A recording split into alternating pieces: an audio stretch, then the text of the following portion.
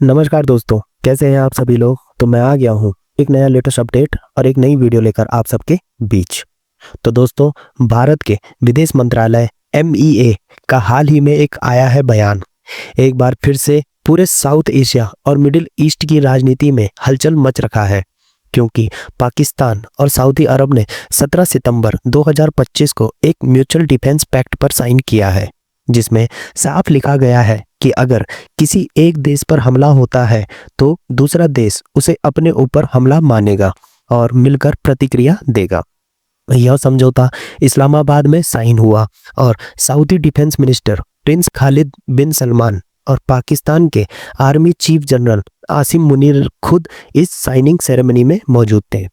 भारत के लिए यह खबर इसीलिए अहम है क्योंकि पाकिस्तान पहले से ही भारत का पारंपरिक प्रतिद्वंदी है, और अब अगर उसके साथ सऊदी अरब जैसे ताकतवर और अमीर देश का औपचारिक सैन्य गठबंधन बन जाता है तो यह भारत की सुरक्षा चिंताओं को सीधा प्रभावित करता है। MEA के प्रवक्ता रणधीर जायसवाल ने साफ कहा है कि भारत इस समझौते के असर का बारीकी से अध्ययन करेगा, इसके अलावा इम्प्लीकेशंस को समझेगा और जरूरत पड़ने पर भारत के राष्ट्रीय हितों की रक्षा के लिए सभी कदम उठाएगा। यह बयान अपने आप में यह संकेत देता है कि भारत इसको हल्के में नहीं ले रहा है और पूरी डिप्लोमेटिक व मिलिट्री मशीनरी इस नए डेवलपमेंट को लेकर सक्रिय हो चुकी है। यह समझना भी जरूरी है कि पाकिस्तान और सऊदी अरब का रिश्ता नया नहीं है। 1960 के दशक से ही सऊदी अरब पाकिस्तान को आर्थिक मदद देता रहा है। 1980 के दशक में सोवियत अफगान युद्ध के समय सऊदी पैसा और पाकिस्तानी खुफिया एजेंसी ISI ने मिलकर अफगान मुजाहिदीन को ट्रेनिंग और फंडिंग दी थी। इसके अलावा पाकिस्तान के हजारों सैनिक लंबे समय तक सऊदी अरब में तैनात रहे, जो सऊदी रॉयल फैमिली और पवित्र शहरों की सुरक्षा करते रहे हैं। साल 2015 में जब यमन युद्ध शुरू हुआ था तब भी पाकिस्तान के से सैनिक भेजने की मांग हुई थी, लेकिन तब पाकिस्तान की संसद ने तटस्थ रहने का फैसला किया था। अब 2025 में इस तरह का डिफेंस पैक्ट साइन होना यह दिखाता है कि पाकिस्तान ने अपनी पॉलिसी को बदला है और अब वह सऊदी अरब के साथ और गहराई से जुड़ने को तैयार है। एक और दिलचस्प बात यह है कि सऊदी अरब अब चीन के साथ भी गहरे रिश्ते बना रहा है और पाकिस्तान पहले से ही चीन का नज़दीकी सहयोगी है। CPEC प्रोजेक्ट इसका सबसे बड़ा उदाहरण है। इसका मतलब यह है कि अप्रत्यक्ष रूप से यह डिफेंस पैक्ट पाकिस्तान, सऊदी, चीन की एक नई ट्रायंगल पावर क्रिएट कर सकता है, जो भारत के लिए स्ट्रैटेजिक चैलेंज बन सकता है। भारत की स्थिति इस मामले में थोड़ी जटिल है क्योंकि भारत भी सऊदी अरब के साथ अच्छे रिश्ते रखता है। सऊदी अरब भारत का सबसे बड़ा क्रूड ऑयल सप्लायर है और वहां लगभग 25 लाख भारतीय काम करते हैं, जो हर साल अरबों डॉलर का रेमिटेंस भेजते हैं। ऐसे में भारत चाहेगा कि उसके रिश्ते सऊदी अरब से बिगड़े नहीं, लेकिन पाकिस्तान के साथ सऊदी अरब की नज़दीकी पर भी नज़र रखनी होगी। स्टूडेंट्स के लिए यह केस स्टडी इसीलिए अहम है क्योंकि यह हमें बताता है कि इंटरनेशनल रिलेशंस में किसी भी देश की विदेश नीति हमेशा मल्टी डायमेंशनल होती है। एक तरफ आप किसी देश से तेल खरीद रहे हैं, दूसरी तरफ वही देश आपके प्रतिद्वंदी देश के साथ सैन्य गठबंधन कर लेता है और आपको अपनी पॉलिसी में बैलेंस बनाना पड़ता है। UPSC, SSC या किसी भी करंट अफेयर्स बेस्ड एग्जाम के लिए यह समझना बहुत जरूरी है कि भारत की डिप्लोमेसी यहाँ क्या कर सकती है।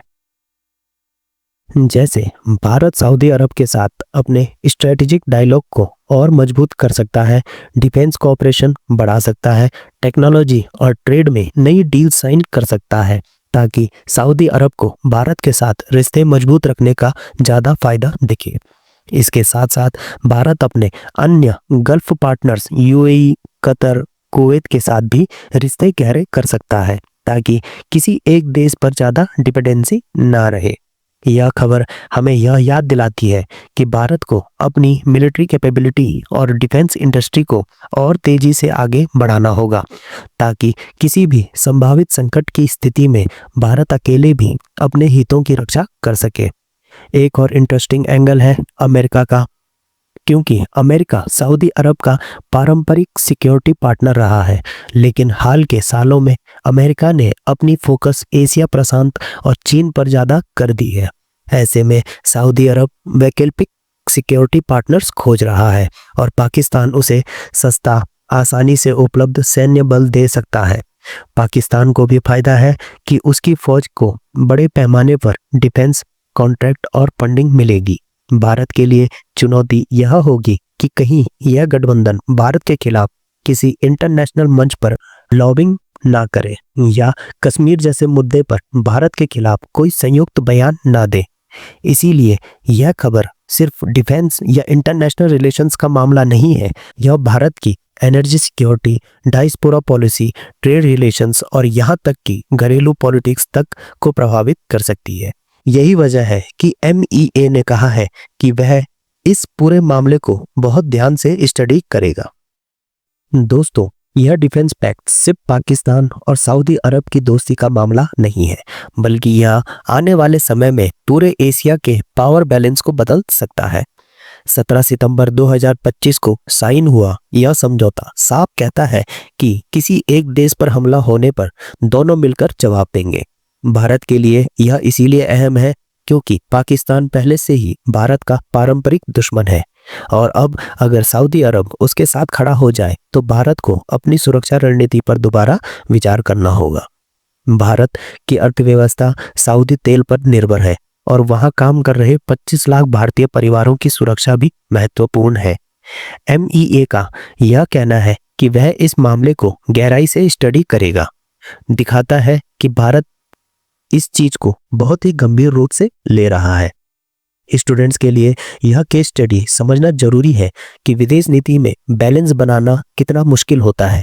अब सवाल आपसे है, आपको क्या लगता है कि भारत को सऊदी अरब के साथ रिश्ते और मजबूत करने चाहिए या उसे पाकिस्तान सऊदी गठबंधन का मुकाबला करने के लिए नई रणनीति अपनानी चाहिए?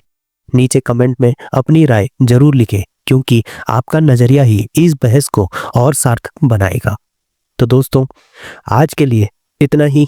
मिलता हूं मैं दोबारा आपको एक नए लेटेस्ट और एक नई वीडियो के साथ। तब तक जुड़े रहिए। धन्यवाद।